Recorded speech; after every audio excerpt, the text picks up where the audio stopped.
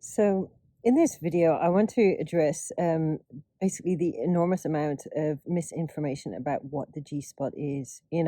There's some people who literally think it's an on off button to female sexuality. I've had other people just say to me point blank, it's a mythical creature, it just doesn't exist at all.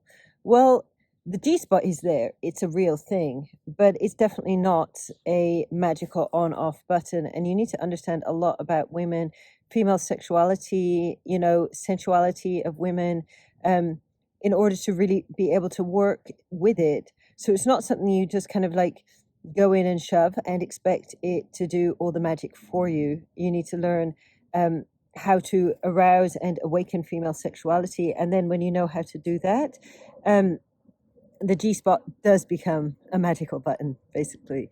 So, I'm sure you've probably heard me saying this or read me writing it somewhere, but the key to really opening up female sexuality is, number one, it's trust, it's feeling safe. It's basically like, um, it's just creating a space where the woman is really, really going to relax. Yeah. So for women to really, be able to experience multiple orgasms, full body orgasms, female ejaculation, and so on, there's a definite need that they feel very secure and very safe.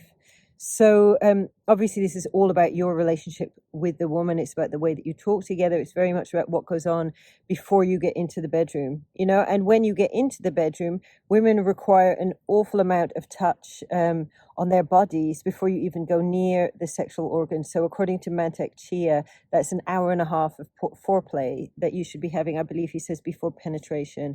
So that's including like external foreplay on the vagina, basically before something goes inside. So um,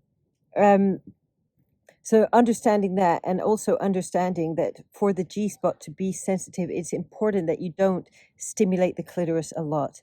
So if you do a lot of stimulation on the clitoris, what essentially happens is all the energy, because if you imagine pleasure is energy, it's just a manifestation of energy.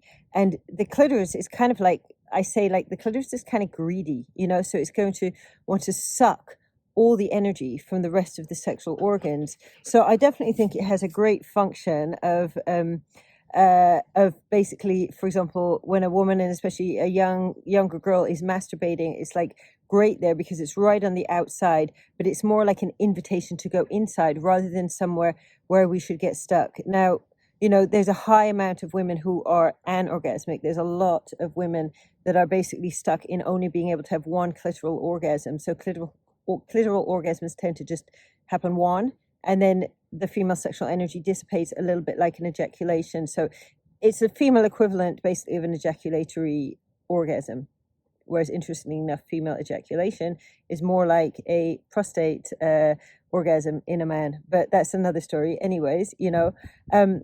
So basically, first of all, before touching the G spot, it's good to do, before even going inside, it's good to do like plenty of touching of the outside of the vagina, but not too much focusing on the clitoris. So going around the clitoris. One of the ones I love is just putting the hands in circles like this over the whole kind of outer female sexual organs, just really nice and slow. It really builds up a lot of energy. Another one of my favorites would be to go between the inner and outer labia, up, down, up, down, up, down, and so on. Then there's basically the actually inside the inner labia, and just going like this with your thumb. This is literally one of my favorites. It's so amazing, and what happens when you're inside the inner labia and you go like this, if you just pull the thumb a tiny bit down like this, you get to the entrance of the vagina, right?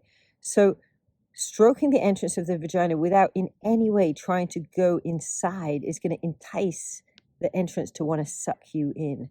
So this movement, and you can start getting this sucking feeling on your finger, but keep doing it and keep doing it, because the idea is you want to build up a lot of energy.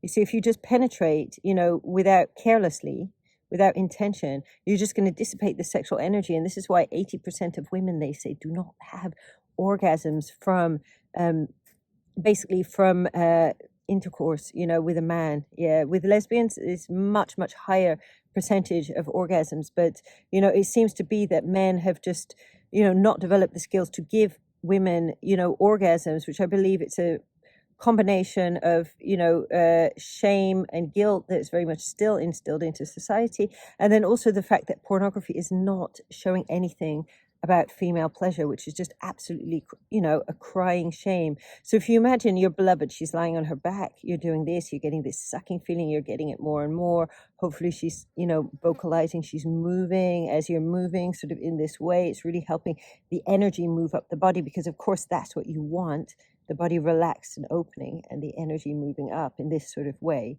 and when you really feel it, then change and go with your finger so that you're creating the same sucking reflex with the finger, so that you're at this kind of angle. But what you should do, and over a period of 5 to 10 minutes, so don't rush it, do not push against the tissues, but allow the finger to be sucked inside at this angle with her lying on her back.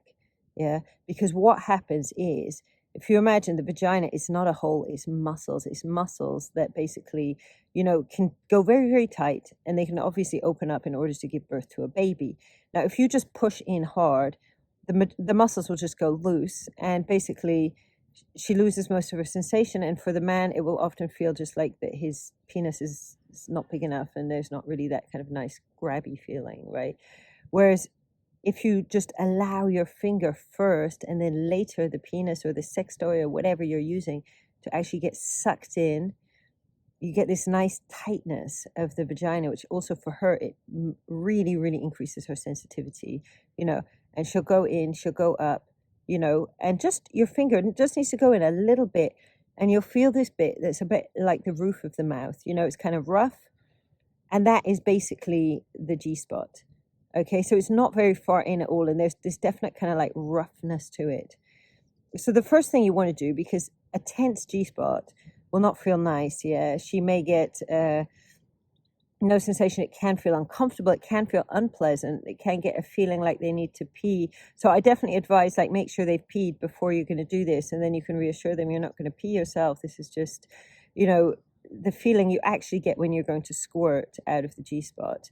So the first thing is, tense G-spots, they don't feel nice, right? So you need to just make these circles with your hands over the G-spot.